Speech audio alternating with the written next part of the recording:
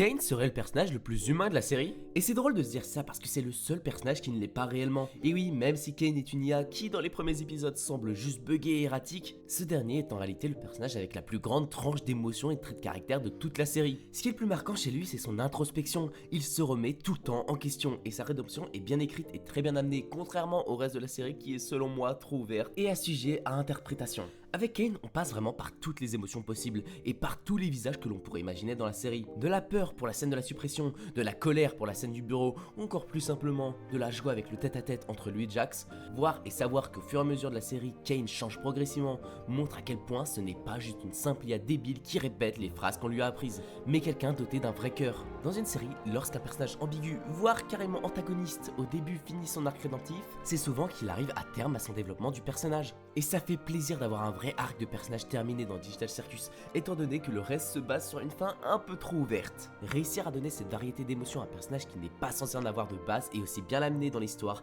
c'est très fort scénaristiquement et ça rend la série encore plus intéressante à visionner même après l'avoir terminée. Donc oui, je le redis haut et fort, Kane est le personnage le plus humain de la série. Je dis pas par là que les autres personnages sont mal écrits ou quoi que ce soit, mais Kane en soi sur le papier est vraiment meilleur.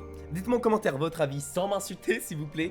Abonnez-vous et likez, il y a plein de vidéos qui vont arriver pour Digital Circus, surtout que j'ai eu le temps de me préparer. Alors ne loupez rien.